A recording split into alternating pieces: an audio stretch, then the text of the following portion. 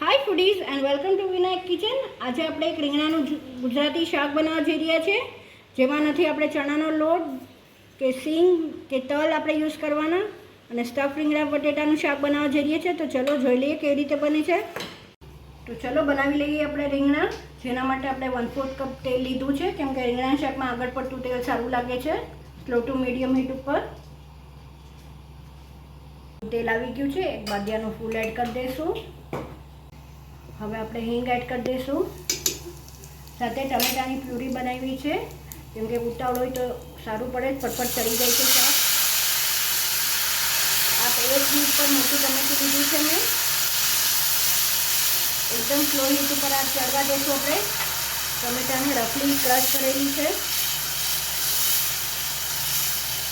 આપણે નથી બેસન યુઝ કરતા, નથી સિંગ, નથી તલ, નથી ગાંઠિયાનો ભૂકો. આપણે કાચું બટેટું લેશું ગ્રેટ કરીને. આપણે મરચું લેશું 2 ટેબલસ્પૂન લસણવાળું છે.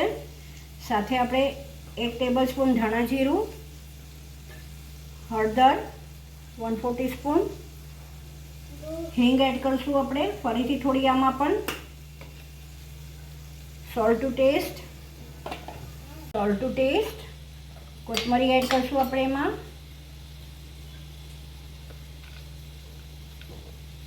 સાથે ગોળ એડ કરી દઈશું અને બધું મિક્સ કરી લઈશું. આપણા સ્વાદ મુજબ લેવાનો છે ગોળ. હવે બધું મિક્સ કરી દઈએ આપણે. આપણું સ્ટફિંગ મિક્સ થઈ ગયું છે. તો ચલો હવે રીંગણા ભરી લઈએ. તમે જોઈ શકો આપણું ટમેટામાંથી પણ તેલ છૂટું થઈ ગયું છે, અને મસાલો સ્ટફિંગનો બી રેડી થઈ ગયો છે. આપણે ભરતા જશું, ડાયરેક્ટ આમાં મૂકતા જશું. આપણે તેલ નથી એડ કરતા, કેમ કે બટેટામાં ઓલરેડી હોય છે તે પાણીનો ભાગ. આવી રીતે રીંગણા મેં બધા સુધારી લીધા છે. આપણે રીંગણા બટેટા કરી રહ્યા છે.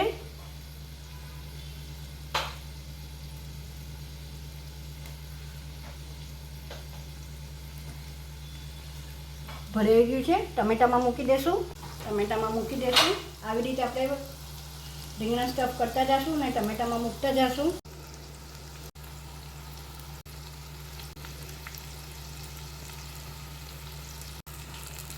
મિક્સ કરી લઈએ આપણે શાકને.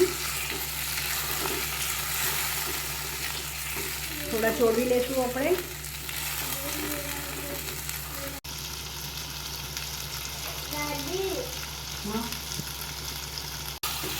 એમાં ગરમ મસાલો તો કાંઈ જ નહોતું એડ કરતા. આપણે એકદમ જ ગુજરાતી ઓથેન્ટિક રેસીપી છે રીંગણાની. હવે આપણે આમાં બટેટા એડ કરી દઈશું, કેમ કે બચ્ચા પાર્ટી હોય એટલે બટેટા તો હોય જ.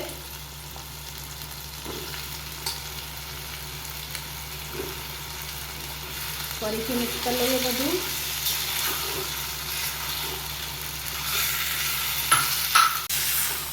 હવે આપણે જે બટેટાનો મસાલો થોડો વધ્યો છે એ પણ એડ કરી દઈશું આમાં. મેં 1 બટેટું લીધું હતું, કેમ કે મારે 5-6 રીંગણા હતા.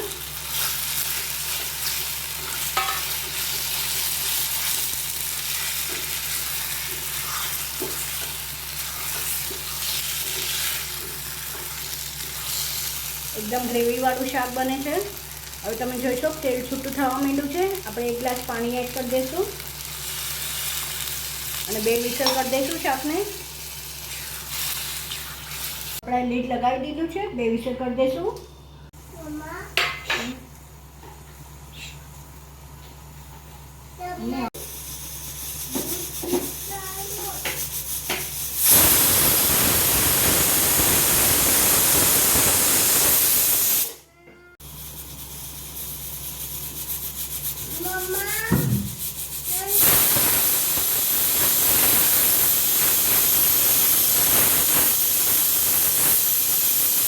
તો આપણી 2 વિસલ થઈ ગઈ છે. હવે ઠરવા દઈશું, પછી લીડ ઓપન કરશું. આપણે રોટલા સાથે સર્વ કરશું. તો ચલો ખોલી લઈએ. તો ચલો હવે ખોલી લઈએ અને શાક પણ જોઈ લઈએ. સરસ થયું છે. તો સર્વ થઈને રેડી છે મારા આખા રીંગણા અને બટેટાનું શાક, જેમાં મેં નથી ચણાનો લોટ યુઝ કર્યો, નથી તલ યુઝ કર્યા, નથી સિંગ કરી. પણ તો પણ બહુ ટેસ્ટી બને છે આ શાક, અને જૂનું ગુજરાતી સબ્જી છે. આવીશ તમને મારી આ રેસીપી ગમી હશે. જો ગમી હોય તો લાઈક, શેર અને સબસ્ક્રાઈબ કરવા ન ભૂલતા. બસ આવી જ નવી રેસીપી સાથે આપણે ફરીથી મળતા રહીશું. Till then by, take care.